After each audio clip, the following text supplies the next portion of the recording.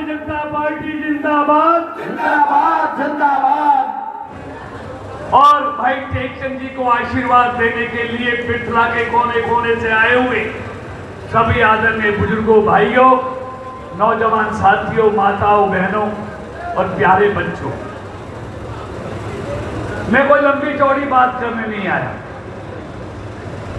हम सब आदरणीय विपुल देव जी को सुनेंगे। मैं भाषण नहीं, कुछ बातें आपके सामने 5-7 मिनट में रखना चाहता हूं।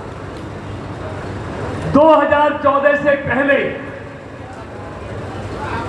इस देश में लंबे साल तक कांग्रेस की सरकार थी। आजादी से कहें तो 60-65 साल। हरियाणा में भी उसी की सरकार थी।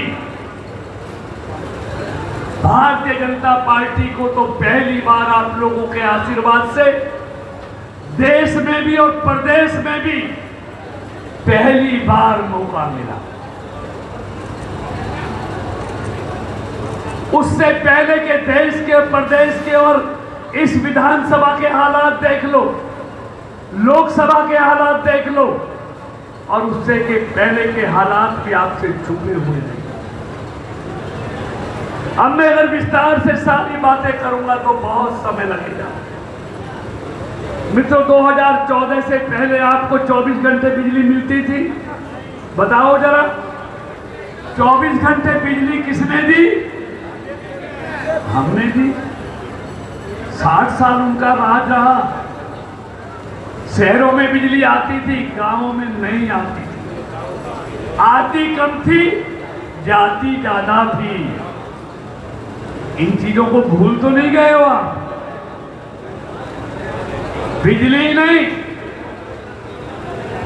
ईमानदारी से बताओ, इस क्षेत्र में एक भी हाईवे था? एक मथुरा रोड था, उसकी क्या हालत थी?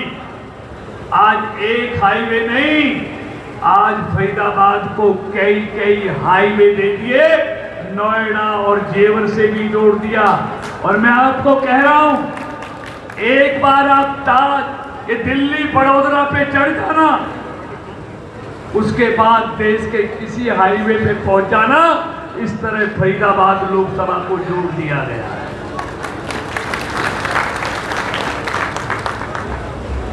आप किसान हैं, मैं भी किसान का बेटा हूं। फसल खराब होती थी तो कितना पैसा मिलता था? 10 रुपए 20 रुपए का चेक मिलता।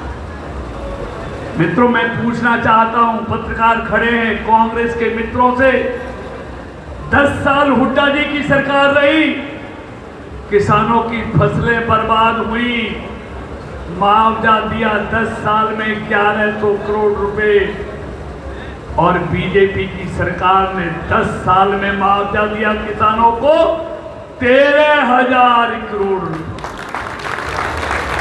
कौन है किसानों का हितैषी? ये 2 फसलों को एमएसपी पर खरीदते थे, हमने 14 फसलों को एमएसपी पर खरीदा, और अब तो ये कह दिया हरियाणा में जितनी भी फसलें होती हैं सबको एमएसपी पर खरीदेंगे। ये भी हमने घोषणा की। ये कहते हैं 500 रुपए में गरीब को सिलेंडर देंगे। अरे हमने गरीब को 10 करोड़ बहनों को मुफ्त में सिलेंडर दिया, और अब ये कह दिया कि अब 500 रुपए में उसको सिलेंडर देना शुरू कर दिया। तुमको देने की बात कर दी। बीपीएल गरीबी की रेखा से जो परिवार थे, इनके राज में 27 लाख थे, हमने उन परिवारों को बढ़ाकर 52 लाख कर दिया। आज 52 लाख गरीबों को सारी योजनाओं का लाभ मिलता है। हर घर में नल से जल किसने दिया?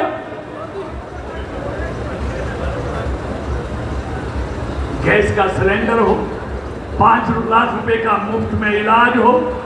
और मित्रों, ईमानदारी से बताओ, हमारी सरकार से पहले किसानों की जमीनों को 4-6-9 लगाकर लूट लिया जाता था, लेकिन जब से हमारी सरकार आई है, ईमानदारी से बताओ, किसान की मर्जी के खिलाफ 1 इंच जमीन भी बीजेपी की सरकार ने नहीं ली।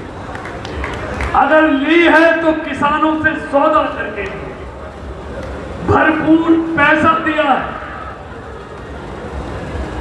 पहले सड़कों की हालत क्या थी, आज सड़कों की हालत क्या है। और मित्रों, यही नहीं, हम मेट्रो बल्लभगढ़ से पलवल लेके जा रहे हैं। और आपको आज बता रहा हूं, ये मेट्रो राज्य सरकार नहीं, आने वाले दिनों में फरीदाबाद से नोएडा को जोड़ने के लिए 3 यमुना पर पुल और बनने जा रहे हैं। 3 और पुल बनने।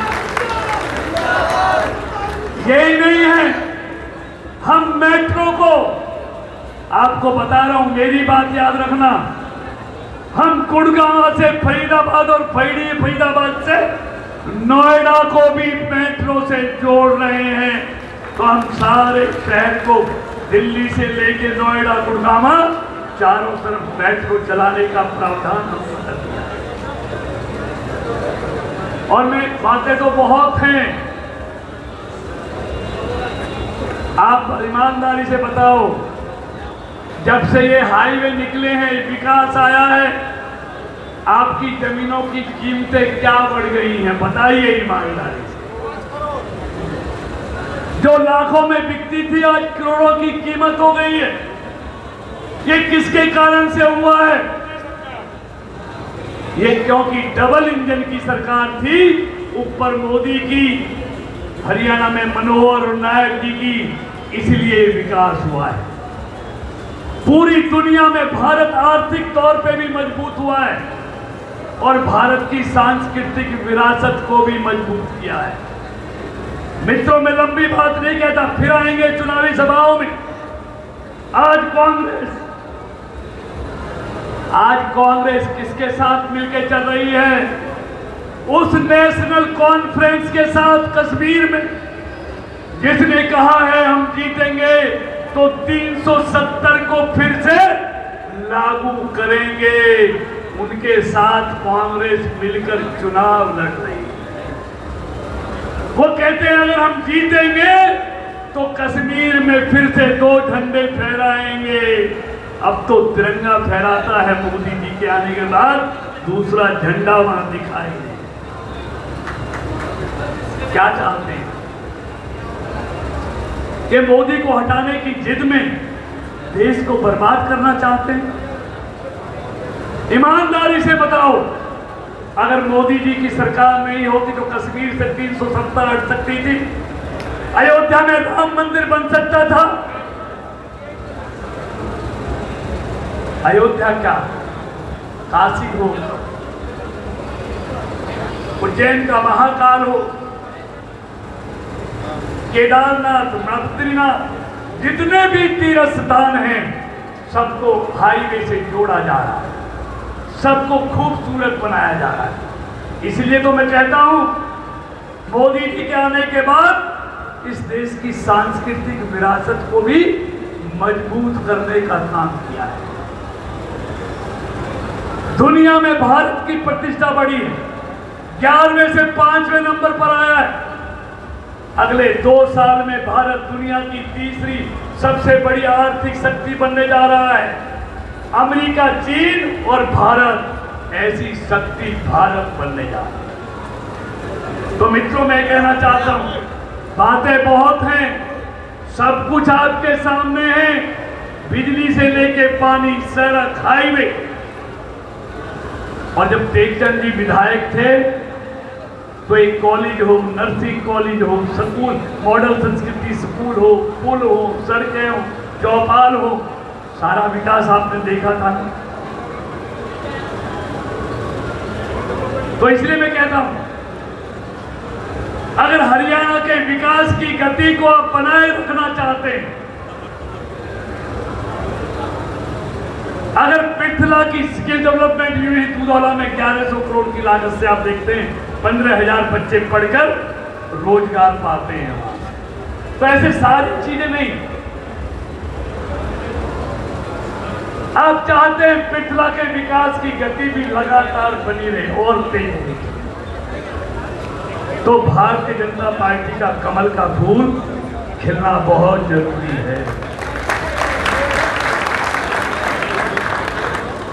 मित्रों, आपका एक एक दिया हुआ वोट हरियाणा की प्रगति में, उन्नति में, खुशहाली में बहुत बड़ा योगदान देने वाला है। आपका एक एक दिया हुआ कमल को वोट भारत को दुनिया में तीसरी आर्थिक ताकत बनाने के लिए भी बहुत जरूरी है। इसलिए मैं आपसे निवेदन करने आया हूं। टेकचंद जी ने कहा मैंने लोकसभा में, मैं आपका हृदय से धन्यवादी हूं कि तीसरी बार आपने मुझे इस इलाके की सेवा करने का मौका दिया। देखिए, मैं दादाओं पंडित तो नहीं हूं, लेकिन चुनाव लड़ते हुए मुझको 46 साल हो गए, कॉलेज से लेके आज तक पूरे 46 साल। इसलिए मैं चेहरा देख के बता देता हूं क्या होने वाला है। मैंने तब भी इसलिए लोगों का जोश और उत्साह देखा था, चेहरा देखा था लोगों ने, और मैंने ये भी कहा था ये मेरा अहंकार नहीं, मेरा आत्मविश्वास है और 36 बिरादरी पे भरोसा है। इसलिए मैंने कहा था 36 बिरादरी के भरोसे के कारण और आत्मविश्वास के कारण कहा था कि कोई कुछ भी कर ले, जीतेगा तो कृष्ण पाल नहीं।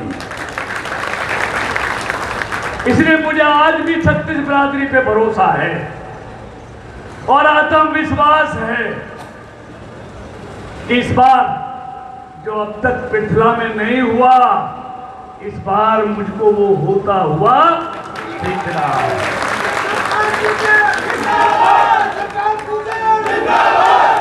और देखिए,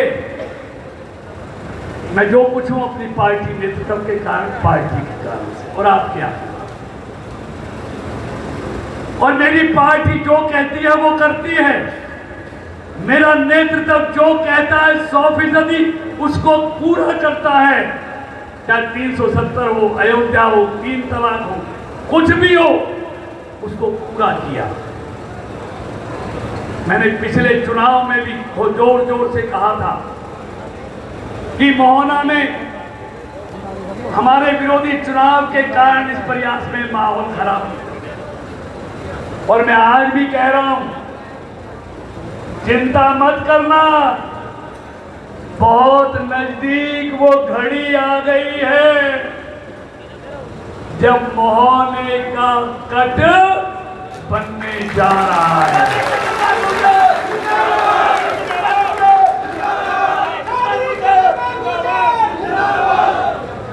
इसलिए हम कहकर मुकरने वाले नहीं हैं,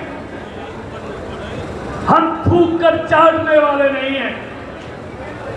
हम अपने क्षेत्र की जनता के प्रति जवाब थे। मामला 4-6 लोगों का नहीं था, मामला मेरे इलाके के दर्जनों गांवों की आने वाली पीढ़ियों के भविष्य का था। इसलिए हम काम लोगों के लिए करते हैं, इसलिए हमारा मन भी छोटा नहीं होता। उन्होंने जो किया उनको मुबारक, लेकिन हम जो कहा था उसे पूरा करने जा रहे हैं। आपको आज हम बड़े मन से कहते हैं,